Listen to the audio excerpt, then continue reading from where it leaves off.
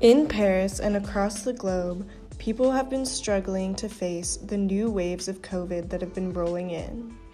Since the beginning of the pandemic, news sources and social media alike have been constantly reporting on the struggles that people and students have been facing. It's important to recognize both the immediate and the long-term impacts that this pandemic can have on people's mental health. Despite the craziness and uncertainty of our current world, one student in particular has thrived during COVID. I would consider myself someone who has been thriving. Things that have helped me thrive during COVID is seeing my friends, socially distance, of course.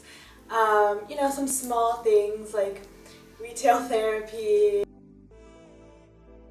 Recently I've been really into doing my nails and doing my friends' nails and to, get some fresh air and stuff. I like to go on walks and get a break from the apartment. But why is it that some students have been more successful in this time than others? I think there are certain students that appear to be more resilient in dealing with this uncertainty. And the word resilience is kind of like a psychological construct that looks at kind of the set of, emotional and coping strategies that you might have. Are you able to kind of resist maybe threats to the self? Even though it feels so uncertain, you feel stable, like you have a stable sense of self.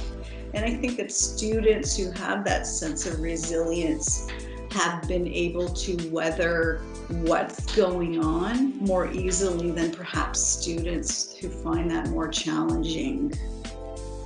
This phenomenon of students thriving during COVID is not solely at AUP and can be seen all across social media. On TikTok, for example, there's a dominant trend called COVID glows, where people show how the pandemic has impacted them in a positive way.